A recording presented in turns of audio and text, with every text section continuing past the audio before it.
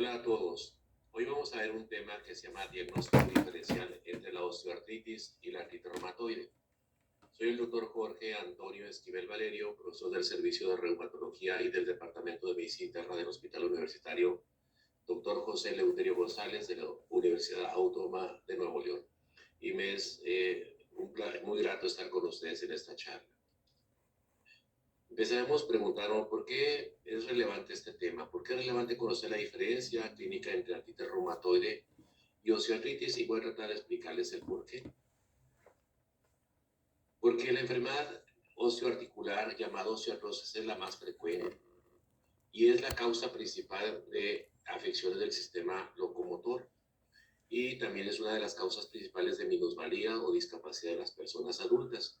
Una buena parte de las prótesis que se ponen en rodillas o en cadera son por osteoartritis. Sabemos que la osteoartritis es más frecuente en las mujeres, pero no muy diferente en los hombres. Y esta prevalencia se incrementa, sobre todo después de la menopausia, sobre todo de su forma sintomática. Sabemos que hay formas radiográficas asintomáticas, los síntomas se incrementan después de la menopausia. Tenemos datos propios que hemos hecho en colaboración con la doctora Ingrid Peláez Ballesta y otros investigadores a nivel nacional, donde hemos encontrado que efectivamente la osteoartrosis es sumamente frecuente, pero que sin embargo a nivel de la República sus prevalencias varían.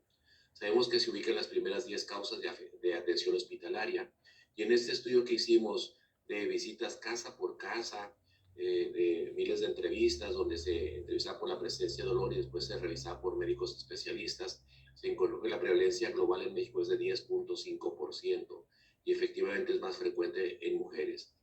Pero por alguna razón no explicable todavía, en Chihuahua y en Nuevo León encontramos las frecuencias más altas. Atribuimos nosotros que quizás sea por el sobrepeso que tenemos en estas áreas, pero eso no quedó investigado en esta parte, en este artículo que se publicó. Cuando comparamos diferentes estados de la República, vemos, por ejemplo, que las prevalencias, por ejemplo, la Ciudad de México es 12.8% de 4.000 encuestas que hicimos, visitas domiciliarias. En Nuevo León 16%, Yucatán 6.7%, Sinaloa 2.5%, Chihuahua 20%, como les mencioné, una prevalencia global de 10.5%. Y de artritis reumatoide mucho menos frecuente, 0.7% en Nuevo León, 1% en México, Distrito Federal, y en otros países prevalencias variables con una prevalencia global de 1.2%.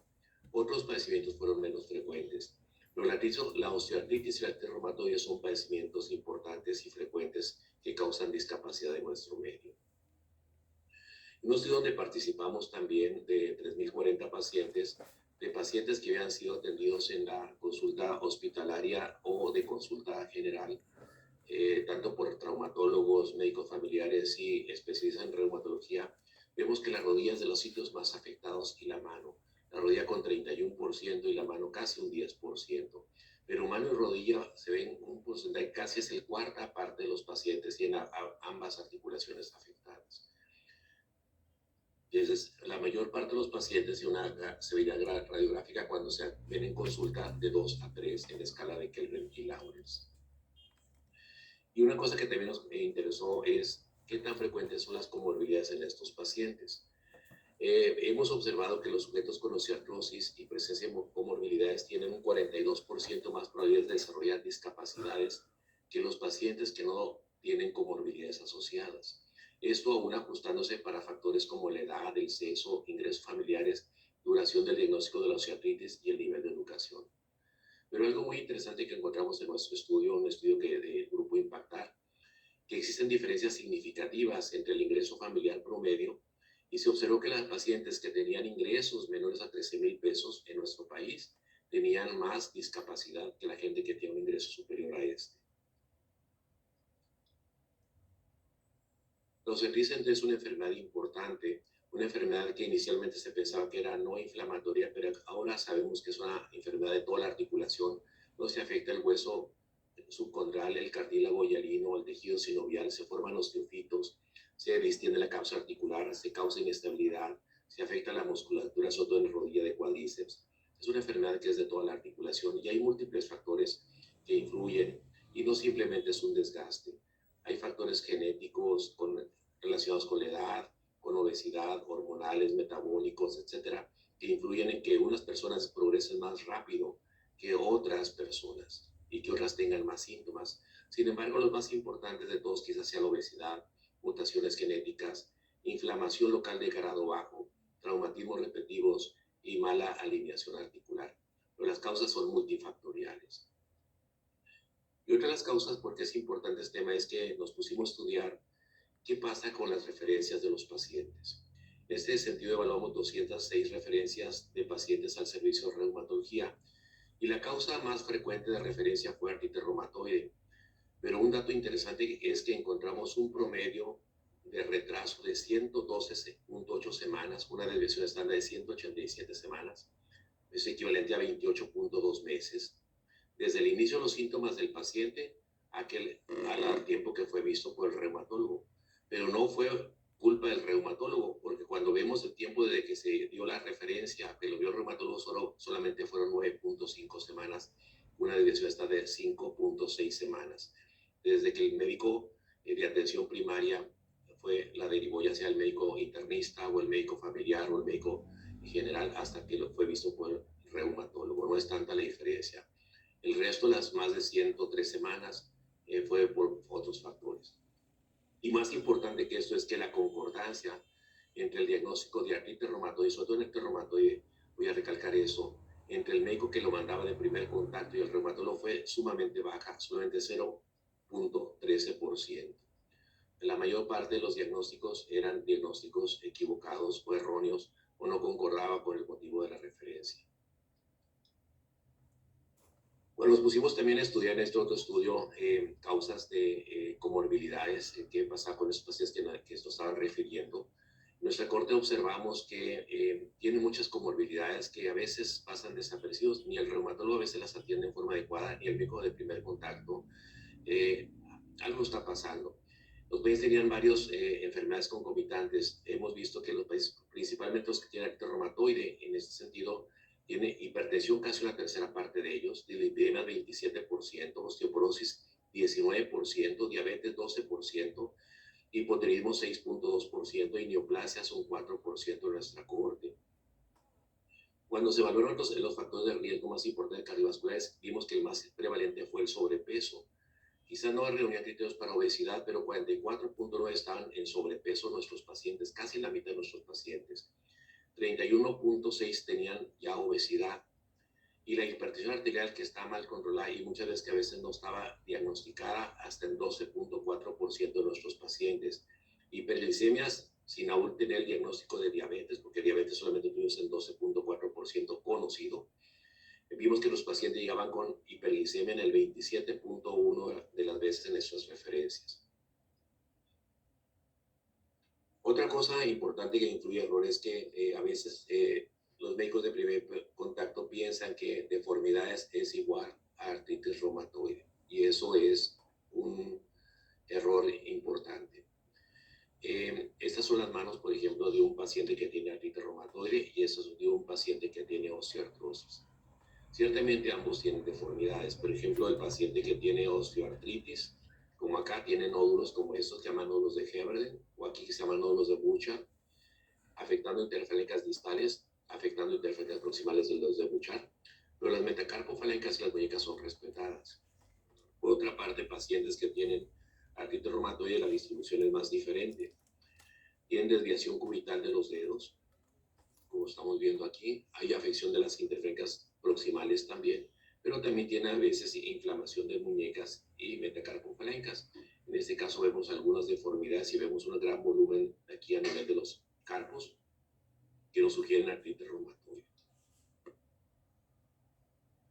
Entonces es muy importante y es un dato primero para distinguir la artritis reumatoide y la distribución articular. Aquí cuando lo palpemos se va a tocar que hay agua, que hay sinovitis, que hay líquido articular derramado en las interfalencas proximales y eso también se va a ver deformado parecido, pero eso se va a tocar como hueso, se llama nódulos de Bouchard. Por otra parte, vean cómo las articulaciones interfalencas distales no están afectadas en artritis reumatoide, cosa que sí está afectada en osteoartritis. Y en artritis reumatoide se afectan mucho las metacarpofalencas y los carpos, cosa que en las pacientes que tienen osteoartritis no se ve afectado. Entonces esto es muy importante a tomar en cuenta. Eso, el ver unas manos así no es igual a artritis reumatoide. De hecho, nos mandaban pacientes con diagnóstico de osteoartritis y era artritis reumatoide y viceversa. Y nódulos de Heberden y esos son nódulos de Bouchard. Esos de osteoartritis u osteoartrosis. Otra creencia es que los pacientes con artritis tienen que ser viejos. Sin embargo, vemos que pacientes jóvenes como aquí tienen afección de muñecas, afección de las metacarpofalancas y proximales y son personas jóvenes y la mayor parte son mujeres, ¿no? En los osteoartrosis, por otra parte, lo que más se afecta, en vez de afectarse las muñecas y las metacarpofalancas, son la columna cervical, la columna lumbar, las caderas, las rodillas porque soportan peso y del pie lo que más se afecta es la primera tarso metatarsiana. De las manos, repito, las articulaciones más pequeñas, que son las que sufren más traumatismos. Entonces, una diferencia en la distribución que nos permite hacer el diagnóstico. La afección de carpos y metacarpofalenca es un dato muy importante.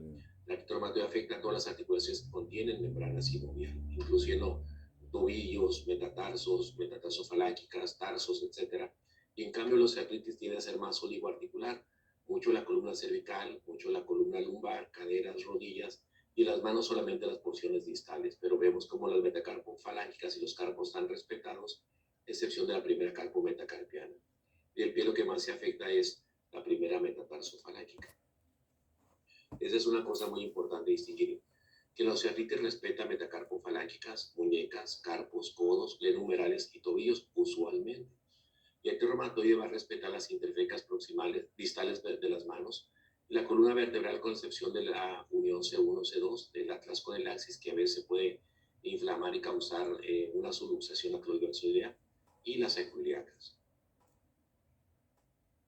Otra cosa es con respecto al dolor. El paciente con osteoartritis usualmente se queja de dolor que empeora con el movimiento, pero sí se va a mejorar con el reposo. Algunos pacientes están bastante bien sentaditos y se hacen ejercicio, pero cuando se levantan de la silla, cuando empiezan a caminar, tienen cierta rigidez que usualmente es menos de 30 minutos. La crepitación es frecuente y se detecta la exploración poco o ningún derrame articular. Y el aumento de volumen cuando se detecta es usualmente por proliferación ósea.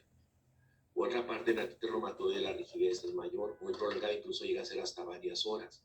Si se detecta derrame articular, se toca fluctuante las articulaciones, hay sinovitis, hay aumento de temperatura local y hay esta maniobra que se llama squeeze o maniobra del saludo o maniobra de compresión o maniobra de la suma, que se puede hacer tanto en las metacarpofalancas de las manos como en las metatarsofalancas de los pies y que nos permite diferenciar una artritis reumatoide de una osteoartritis.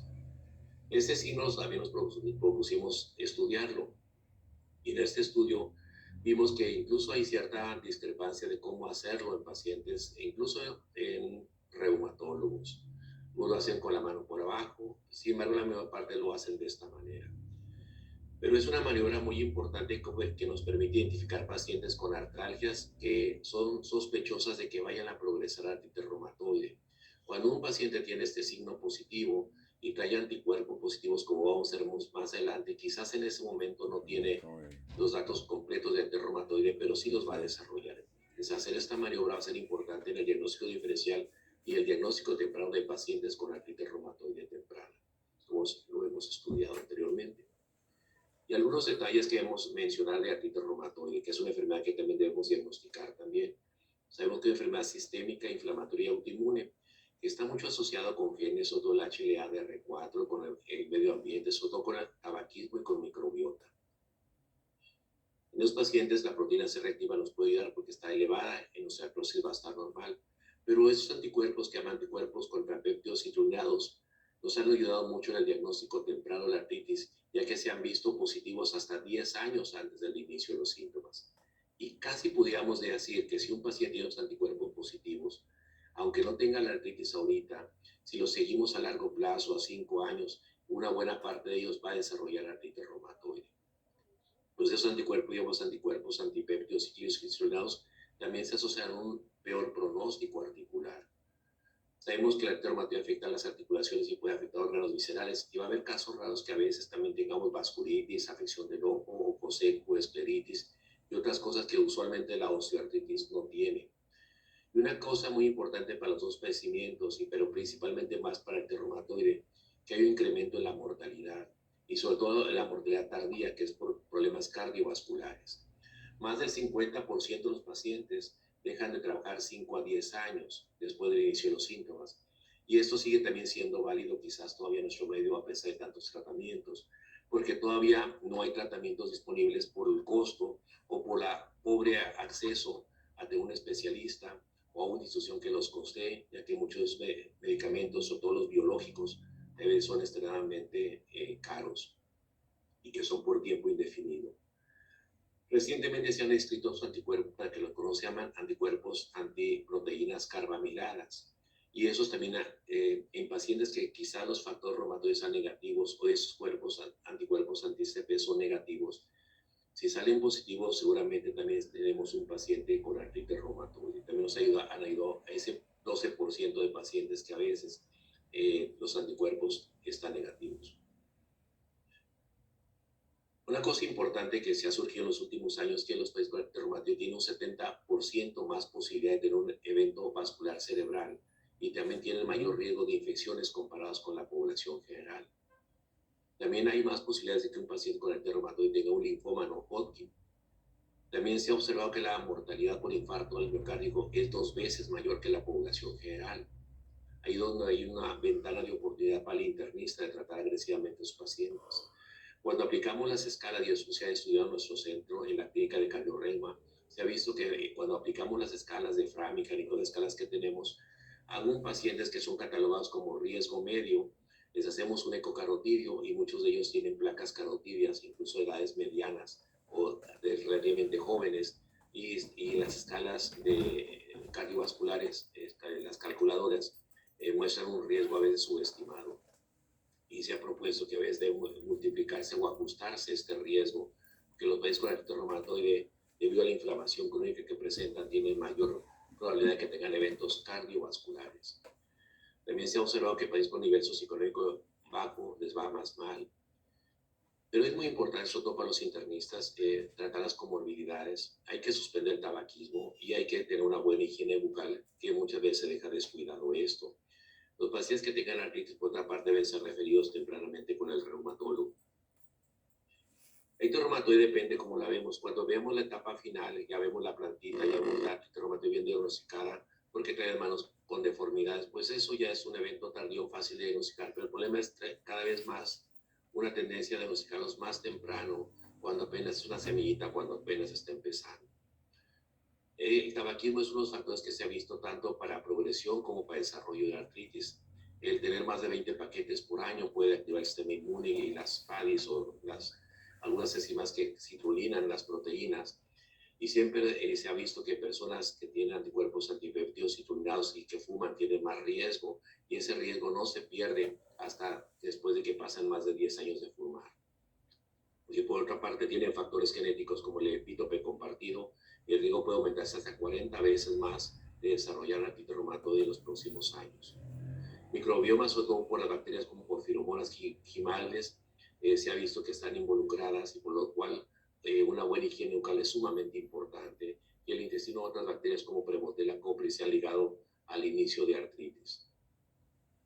Entonces hay factores genéticos, factores que pueden ocurrir en etapas muy tempranas. Hay una fase todavía aquí asintomática, pero ya empieza a haber autoinmunidad, se forman anticuerpos que todavía no hay síntomas todavía, pero llega un momento que llega a haber dolor y todavía no diagnosticamos artritis.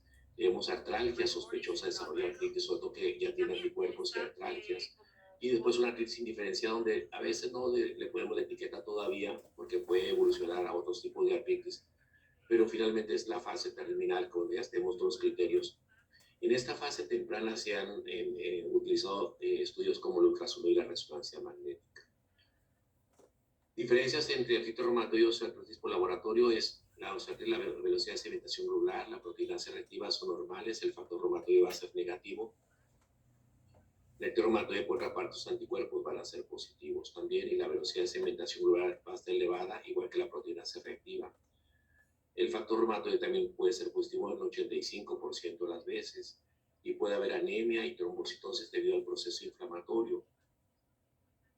Hay varios, antes nada más conocíamos el factor reumatoide que sabemos que está presente el 80-85% de las veces, pero ese 15% que nos falta a veces no sabíamos cómo hacerle. Recientemente han salido esos anticuerpos, se llaman anticuerpos antipéptidos cíclicos citrullinados, que son poco sensibles, un 64%, 89%, pero son sumamente específicos, de tal manera que si te salen positivos, tienes artritis o la vas a desarrollar, ¿no? Y más recientemente, los anticuerpos antiproteínas carbamiladas también nos pueden ayudar a complementar el diagnóstico de una artritis reumatoide. Con respecto a la radiología hay diferencias. El paciente que tiene osteoartritis tiene los cambios radiológicos totalmente diferentes. Se ve aumento de la densidad ósea, se ve pérdida del espacio articular y esos piquitos que se forman acá se llaman osteofitos. Pero afecta las mismas articulaciones que ya había mencionado, las articulaciones interfalécas distales y las proximales. Y en cambio, la artritis reumatoide más que todo son metacarpofalécicas y las proximales, donde hay que buscar los cambios radiográficos, que va a ser una densidad menor, que se llama osteopenia y articular. También va a haber una pérdida del espacio metacarpofalángicas, por ejemplo aquí, o de las proximales, cosa que aquí se ve normal.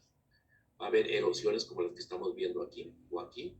Y finalmente, en la etapa final, pues va a haber una anquilosis. Debido a que esa etapa temprana a veces es difícil diagnosticar, nos queda duda hacia recurrir al ultrasonido de las articulaciones de las manos con bastante éxito, porque el ultrasonido puede detectar derrames articulares, engrosamiento de la membrana sinovial y la presencia de Doppler positivo en las articulaciones, por lo cual ha pasado a ser una herramienta bastante fuerte cuando tenemos duda y sobre todo porque tenemos que empezar un diagnóstico temprano. Es un método accesible, barato, rápido, aunque es operador dependiente, pero cuando vemos esta sinovial engrosada y con mucha inflamación, aunque el factor reumatoide salga negativo, aunque tenga muy poquitas articulaciones, lo más seguro que este es un paciente que está desarrollando una artritis reumatoide en etapa muy temprana. También en etapa de investigación está usando la resonancia magnética nuclear. Aquí vemos, por ejemplo, que ya hay incluso en etapas tempranas hicimos un estudio y vemos erosiones a veces en forma temprana, incluso a los pocos meses de tener artritis reumatoide. Esa es la 1T1. Y cuando vemos en una prueba que se llama STIR, que es supresión de grasa, vemos cómo hay derrame articular aquí en la tercera metacarpofalénica. Vemos aquí algo de líquido, incluso las vainas tendinosas, hay un poquito de líquido allí. Y eso quizás ya nos ayuda mucho a detectar artritis reumatoide temprana y no que es una osteoartritis. La producción radiológica sigue siendo un problema para nosotros también, porque a veces, aunque se baje la inflamación, se disminuya con el uso de prednisona o esteroides, como a veces se automedican muchos pacientes. Si no damos medicamentos apropiados, que se llaman inductores de remisión, la enfermedad sigue progresando y causando discapacidad, que casi va en paralelo con la discapacidad con los cambios radiográficos.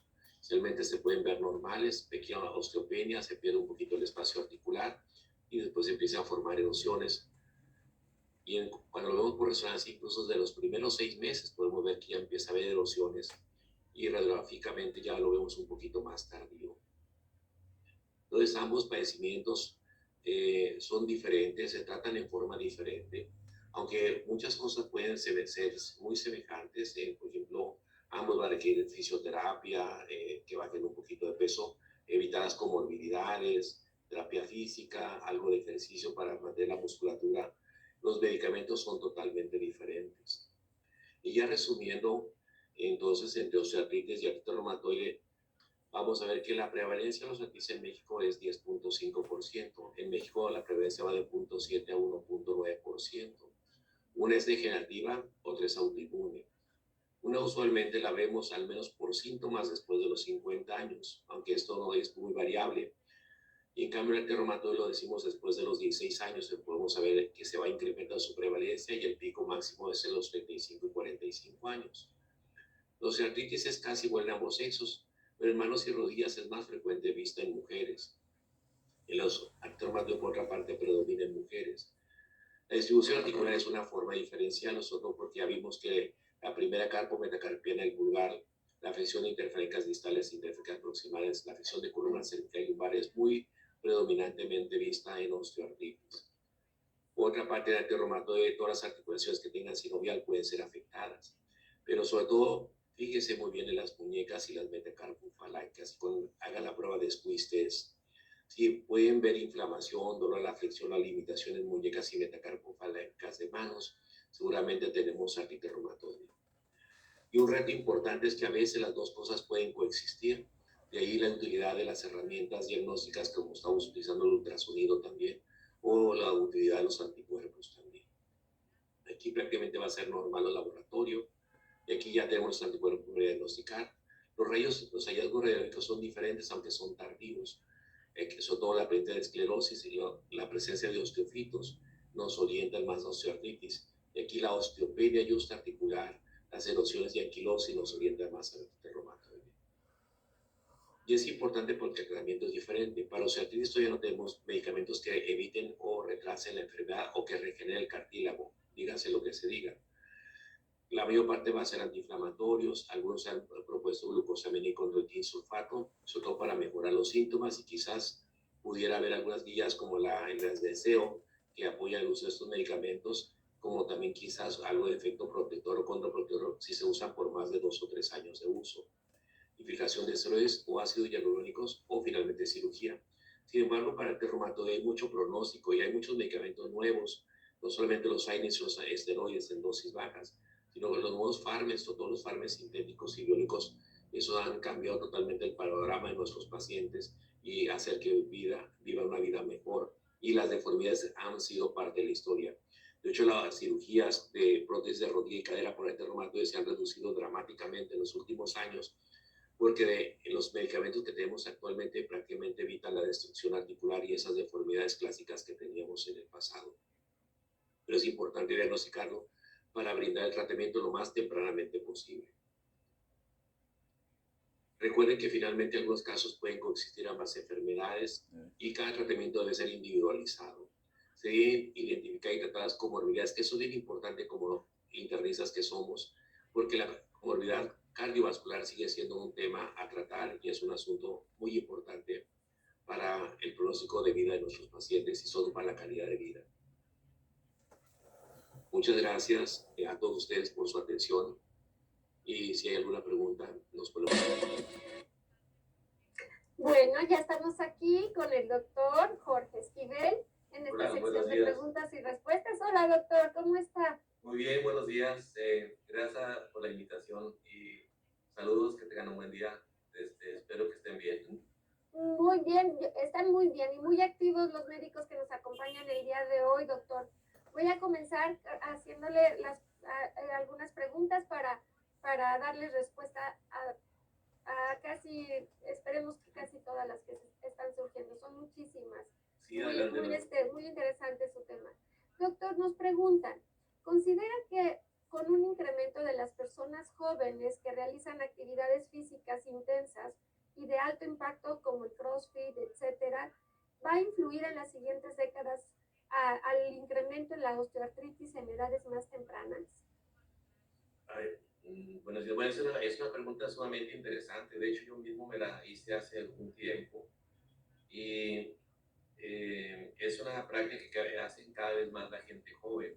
Y yo me encontré al menos 2 artículos interesantes. Uno, si mal no recuerdo, es una revista de rehabilitación que es como de mayo del 2018, donde se preguntaba si los daños musculoesqueléticos son más frecuentes en las personas que realizan sus CrossFit. Y en ese estudio, yo resumo un estudio italiano que tiene una revista de rehabilitación, fue como en septiembre del 2019. Igual, bueno, pueden checar ustedes ahí, una de mayo del 2018 y otra de septiembre del 2019.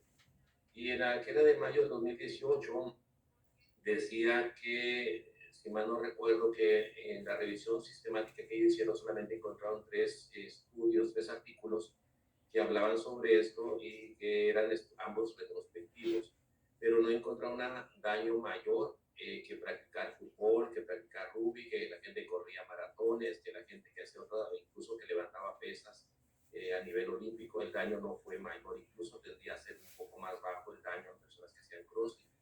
Sin embargo, sí había un poquito más de lesiones de hombros, sobre todo en hombres que practicaban el CrossFit.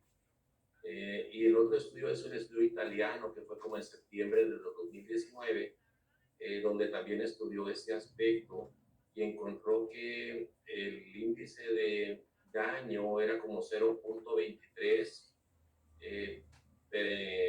personas año por año de entrenamiento, o sea, casi menos de una cuarta parte, menos de 0.1% de gente por persona de entrenamiento por año de entrenamiento que se lesionaba. Y lo más frecuente, como en un 20%, eran las tendinitis.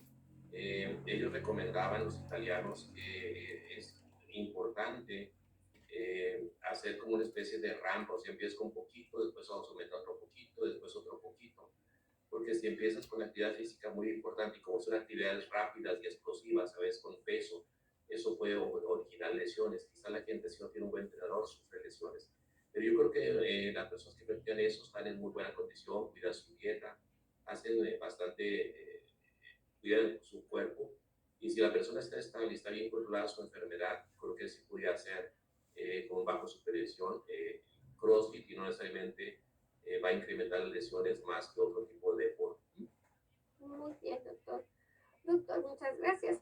Y siguiendo con un poco con esta secuencia de los ejercicios, nos preguntan cuáles son los ejercicios que son recomendados en un paciente con osteoartritis y asimismo cuáles no deben están contraindicados.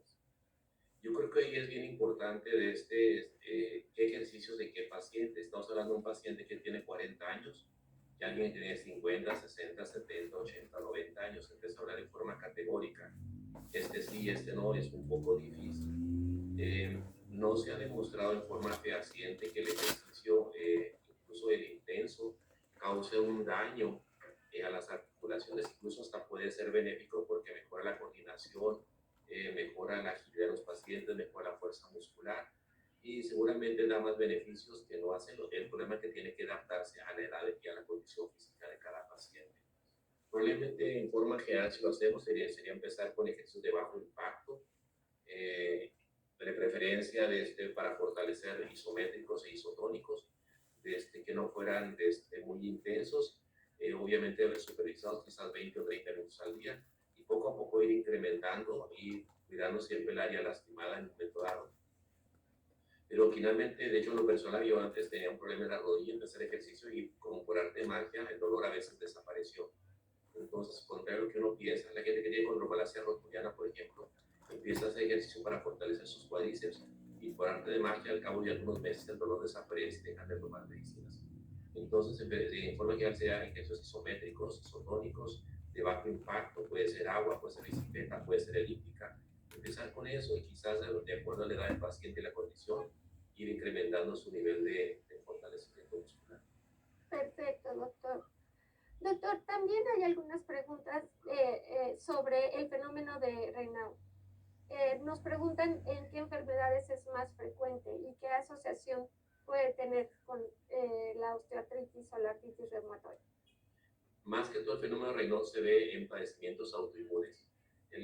Básicamente la enfermedad que más lo causa es la esclerodermia. Casi todos los tipos de escleroderma tienen fenómeno de Raynaud. La otra enfermedad que lo causa muy frecuentemente es el lupus eritematoso sistémico. Pero hay muchas enfermedades y todas prácticamente son autoinmunes, enfermedad mixta del tejido conectivo, escleroderma, polimiositis, dermatomiositis, casi todas autoinmunes, pero más que todo el escleroderma y el lupus son las más frecuentes. En osteoartritis no está descrito que sea más frecuente el fenómeno de Raynaud. Entonces, más que todo, otras causas pueden ser causas de fenómeno de Raynaud, el uso de ergotamina, algún problema vascular también, pero como Raynaud, básicamente son lupus y escleroderma. Muy bien. Doctor, ¿cuál sería la diferencia entre osteoartritis y la fibromialgia? Pues es un chorro de diferencia. De hecho, hay que aclarar que ambas pueden coexistir. La fibromialgia es tan frecuente, 5% de las mujeres la tiene, una de cada 20 mujeres en edad, los 40 y 50 años. La fibromialgia, para empezar, no es un padecimiento inflamatorio, es un padecimiento de dolor. Hay trastornos en los mecanismos de dolor. Siente más dolor comparado con la presión que se ejerce en los músculos. Y la artritis reumatoide es un padecimiento inflamatorio que afecta a las articulaciones. Entonces, que siempre están localizadas en sus metacarpofalángicas, en sus muñecas, que es lo que más afecta a articulaciones pequeñas y medianas. Y la fibromialgia más que todo duele los músculos grandes, los fuertes, los músculos, pero las manos usualmente la respeta por lo general. Pero en ocasiones ambas están superpuestas. Perfecto. Muy bien. Doctor, nos preguntan los estudios de los anticuerpos antipéptidos de citrulinado Cuando salen estos negativos, ¿descartan por completo el diagnóstico de artritis reumatoide? No, eso es un punto bien importante. El diagnóstico no es hecho por los anticuerpos, son parte de que nos ayudan a nosotros al diagnóstico. Si checamos la sensibilidad del factor reumatoide o la posibilidad de que salga positivo, a lo mucho te llega un 80-85%. ¿Qué quiere decir? Que 15% van a tener factor reumatoide negativo. Cuando checan los péptidos citrullinados, la sensibilidad anda un 60% o 65%. ¿Qué quiere decir esto? Que 35% lo van a tener negativo. Pero cuando sale positivo las ATCP o los péptidos citrullinados, tienes como un 95% de probabilidades o 96% de que sí realmente sea un artritis reumatoide lo que están viendo. Y hay otros anticuerpos que se llaman anticuerpos contra proteínas carbamiladas que también recientemente se han descrito, que también nos pueden ayudar. Así que realmente con el paso, si checamos cuando menos las dos, factor reumatoide y anticuerpos antipéptidos citrullinados, el porcentaje de artritis reumatoide seronegativas va a ser más pequeño, quizás un 10%. Muy bien, doctor. Doctor, también nos preguntan sobre el tratamiento. ¿Cuál es su opinión para el manejo de la artritis reumatoide con las terapias biológicas? Realmente la época de oro de reumatología salió cuando empezaron a hacer estas terapias biológicas, porque realmente han estado presentes de muy poquito tiempo, digamos de 1989 a la fecha. El primero fue infliximab, después salió etanercept, pero para pacientes que no responden a la terapia estándar, que es el metotrexate, es una gran ventaja, es una diferencia del cielo a la tierra. Para pacientes que no responden a metotrexate y se pueden usar, son bastante seguras. Lo que hay que estar vigilando es que no tengan una tuberculosis latente a través de una radiografía de tórax, una prueba de cuantiferón o PPD, pruebas de hepatitis B o C para ver que no tenga una hepatitis C ahí asintomática y latente. Y quizás el paciente puede tolerarlos por mucho tiempo, con mucha seguridad, y se usan por tiempo indefinido. Muy bien, doctor. Doctor, nos preguntan acerca del tratamiento con el ácido hialurónico. El ácido hialurónico lo usamos en ocasiones para osteoartritis, cuando queda una articulación a veces persistentemente dolorosa, molesta, más que todo lo usamos más que todo en las rodillas. Hay un poquito de discrepancia en la cantidad, en las guías, porque hay guías europeas, guías americanas, guías mexicanas, hay varios tipos de guías acerca de cómo debemos manejar un paciente con osteoartrosis. Yo pienso que es una opción adicional para aquellos pacientes que no están respondiendo bien a antiinflamatorios o esteroideos, que aquellos pacientes que tienen una intolerancia a los antiinflamatorios o contraindicación, que todavía no hay mucho desgaste articular o bien tienen una contraindicación para una cirugía, podría darle un poquito más de calidad de vida a esos pacientes sin infiltrar o bien esteroides en la articulación o inyecciones de ácido hialurónico. Se reporta que puede haber una mejoría de hasta unos 6 meses y puede reducirse el consumo de antiinflamatorios. Aunque, como repito, a veces algunas guías están en contra, otras guías sí lo prefieren, pero yo creo que hay que hacer un traje a la medida para cada uno de nuestros pacientes. Así es, doctor. Doctor, ¿qué nos preguntan sobre el consumo de colágeno hidrolizado y la glucosamina? ¿Es benéfico para ambas patologías, tanto para artritis reumatoide como la osteoartritis? ¿Y qué tanto tiempo se pueden utilizar? La ventaja de esos medicamentos que se conocen como CISADOES es que son medicamentos, entre comillas medicamentos, se llaman como medicamentos sintomáticos de acción lenta. Se ha visto que su efecto a veces es mejor que placebo en cuanto a dolor, cuando se usan por más de 12 semanas. Con colágenos hay menos evidencia de que funcionen. Hay muchas evidencias teóricas o in vitro. Con glucosamina hay algunos estudios que son a 3 años y demuestra que cuando se usan por más de 2 semanas, la glucosamina de patente o la glucosamina de grado farmacológico o la condroitina de grado farmacológico, y sobre todo se usa por más de 2 años, puede haber cierto retraso en la velocidad de pérdida del cartílago. Pero cuando se usa por menos de 2 años, usualmente no vemos ninguna diferencia en usar placebo. Entonces, la otra cosa que tenemos con la glucosamina es que muchas presentaciones que se venden comercialmente no contienen lo que dicen contener, y a veces tienen menos dosis, o a veces hay unos que son clorhidrato de glucosamina, otras mezclas con otros componentes que a veces no es lo que realmente dice la etiqueta. También hay muchas presentaciones comerciales que tienen en forma oculta antiinflamatorios no esteroideos, tienen incluso cortisona, unas que le ponen como una mezcla, ¿sabes?, de ajo, de colágenos, de muchas cosas. Hay que tener precaución con eso para prescribirlo. Pero la evidencia realmente no hay tanta para colágenos, hay un poquito más para glucosamina y para cortisona. Perfecto, doctor. Doctor, pues se quedaron algunas preguntas todavía, pero este tiempo es cortito. Agradecemos su presencia el día de hoy. Gracias por estar con nosotros y darle respuesta a muchos de los médicos que nos están acompañando el día de hoy. Muchas gracias, Dios los bendiga a todos y que tengan un muy buen día. Que disfruten su congreso.